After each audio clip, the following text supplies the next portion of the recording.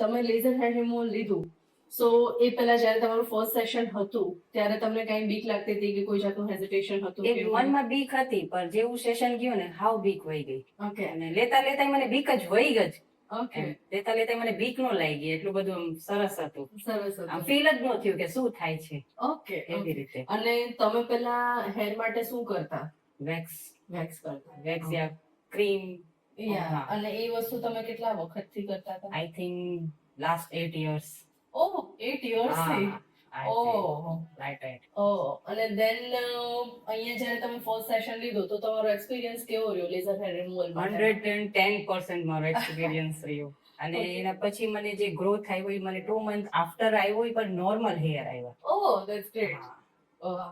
So within a single session can you tell કે 80-90% જેટલું તમને રિઝલ્ટ? હા, મને 95% ઓહ. રિઝલ્ટ નીકળ્યું છે. ઓહ, ધેટ્સ ગ્રેટ. અને એ પેનફુલ હતું? ના શાયદ મને પેન થયો જ નથી. વાહ.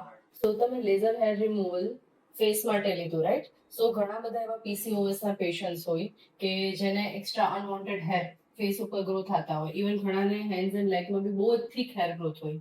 સો તમે એને શું એડવાઇસ આપવા માંગો છો કે ઇઝ ઇટ સેફ, કરી શકાય, તમને રિઝલ્ટ મળશે, કે એના કરતા જે વેક્સિંગ ને થ્રેડિંગ જે કરે છે એ આપણી જે પુરાની પદ્ધતિઓ છે એ સારી છે? ના, હું તો એ સજેસ્ટ કરીશ કે લેઝર જ કરાવાય, કારણ કે એનાથી ઘણો ફેર પડ્યો. અને મને તો 2 month ને અત્યારે 6 month ઓલરેડી થઈ ગયા છે, અને 110% મને રિઝલ્ટ અને છે. આ 6 મંથ્સમાં તમે કેટલા સેશન્સ લીધા laser hair removal? I think આજે 4 લીધું, 6 હા. મંથમાં ટોટલ 4 થયા. 4 થયા. હા, એટલે 2 month નું વન.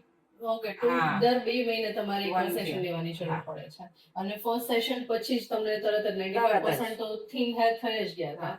અત્યારે આપણે જે સેશન લઈએ છીએ એમાં તમારી જસ્ટ રૂવાટી જેવા જે રૂવાટી, હેર, જે થિન હેર હતા એ જ આપણે રિમૂવ કરીએ છીએ. Okay, great. અને એમાં પેઇન કેવું કાંઈ હશે? ના, જરાય નહીં. કાંઈ હશે